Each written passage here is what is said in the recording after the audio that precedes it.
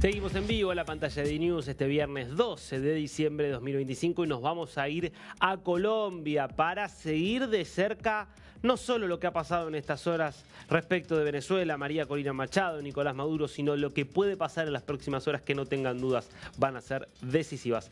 Vamos con Sergio, como siempre. ¿Cómo andas, querido?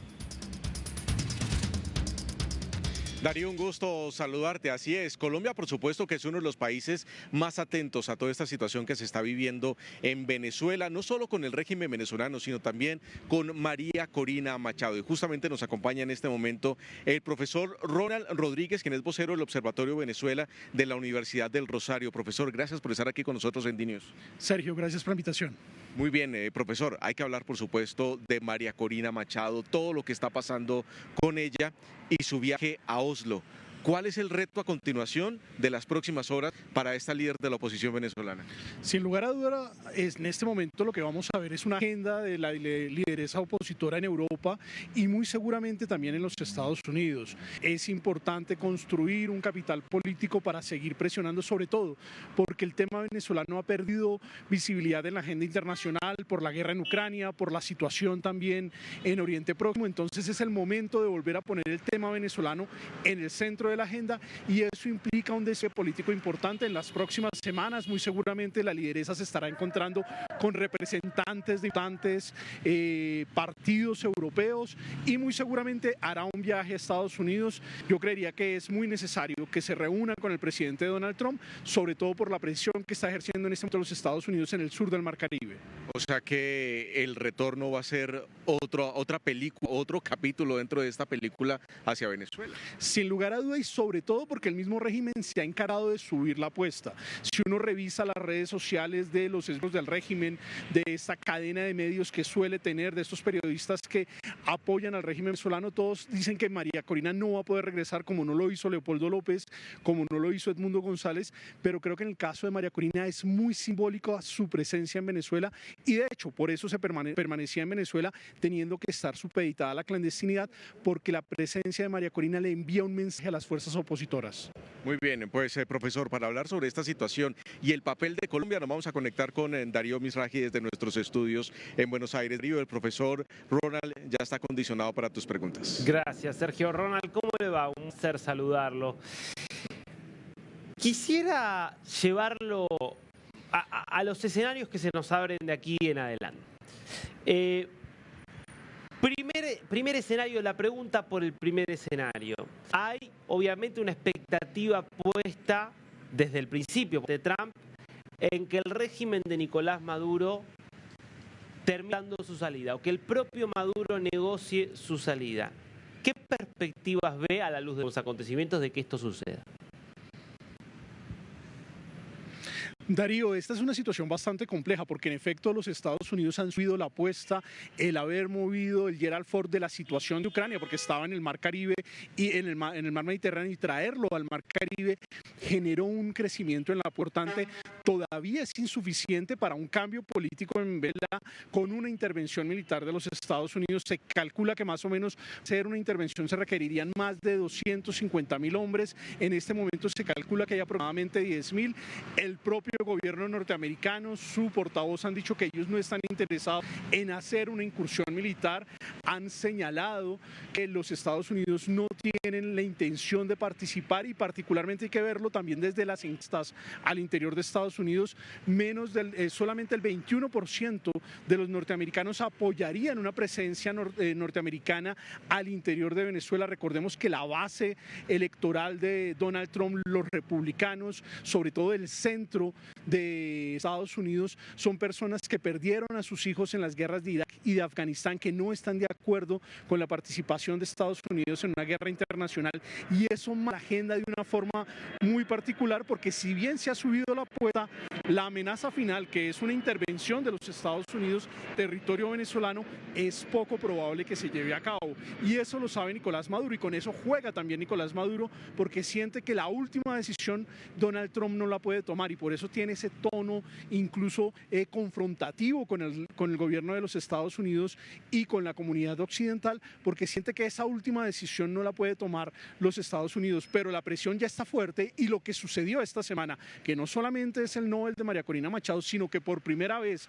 la presencia militar de los Estados Unidos limita los barcos petroleros venezolanos que muchas veces salen con banderas cruzadas, incluso algunos sin bandera, que van al Océano Índico, a las dinámicas de intercambio.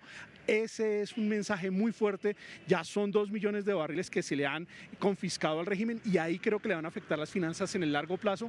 Eso se vuelve un elemento adicional en esta dinámica de variables de negociación. Ahora, ¿por qué dice que esa última opción Donald Trump no la puede tomar?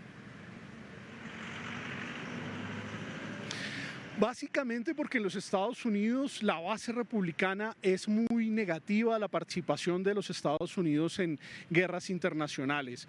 Parte del discurso de Donald Trump, tanto en su primera administración como en esta segunda administración, se ha centrado en que ellos no van a enviar tropas norteamericanas nuevamente a conflictos internacionales.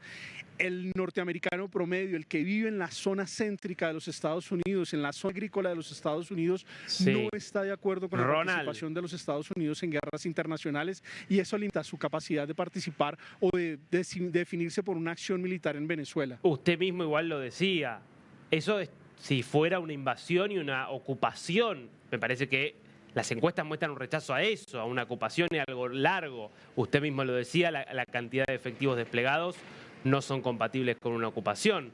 Pero ¿por qué dice que no podría haber una operación militar que apunte directamente contra la cúpula, por ejemplo, del régimen, que no supondría, por lo pronto, exponer las vidas de soldados estadounidenses? Digamos que en la dinámica de operaciones quirúrgicas es mucho, digamos, tiene unas características difíciles. Las operaciones quirúrgicas que ha llevado a cabo el gobierno norteamericano, particularmente durante la administración de Trump, por ejemplo en Irán, cuando se afectó el programa nuclear, tienen una naturaleza diferente en el caso venezolano, porque en el caso venezolano, primero ya están advertidos. En el caso de Irán se hizo en una dinámica de sorpresa un ataque de estos que se utiliza para hacer dinámicas de extracción, tienen que ser en el marco de sorpresa. La sorpresa en este caso no está dado, se ha jugado una dinámica de amenaza, pero la realidad es que también los venezolanos han logrado fortalecer su capacidad, sobre todo en materia de escudo antimisiles. Tienen algunos elementos dados por la dinámica rusa. Todavía no hay mucha claridad respecto a cuál es la capacidad real de esto, aunque los Estados Unidos están haciendo vuelos de inteligencia y lo hemos visto en los últimos meses precisamente para identificar cuáles son esas capacidades. No obstante, este tipo de operación no resuelve la situación en Venezuela. Por ejemplo, si fuese extraído o dado de baja la cúpula militar venezolana, esto no nos garantiza un regreso a la democracia. Por el contrario, podría dar lugar a una situación de desestabilización que no le es conveniente a los Estados Unidos si lo que quiere es poder volver a contar con una región tranquila donde particularmente estas potencias extracontinentales a las cuales Venezuela les abrió la puerta, como son Irán, Rusia, China, dejen de tener presencia. Ahí creo que el juego es muchísimo más complejo y en este momento las circunstancias para una operación quirúrgica son más difíciles por la pérdida de sorpresa que tiene el gobierno de los Estados Unidos y la presencia que está haciendo, la forma en que lo está haciendo. De hecho, si uno se fija, es más de amenaza de uso de fuerza que realmente de una acción quirúrgica. Ronald, gracias. Última pregunta esa de mi parte. Lo dejo allí con Sergio para el cierre de la nota.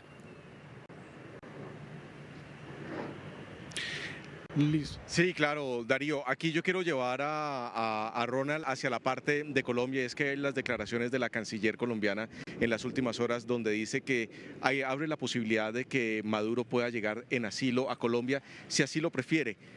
Ese papel de Colombia defendiendo a Maduro, pidiendo amnistía, pidiendo unas elecciones democráticas, ¿cómo juega en el papel latinoamericano y si es factible que Nicolás Maduro sí llegue a territorio nacional?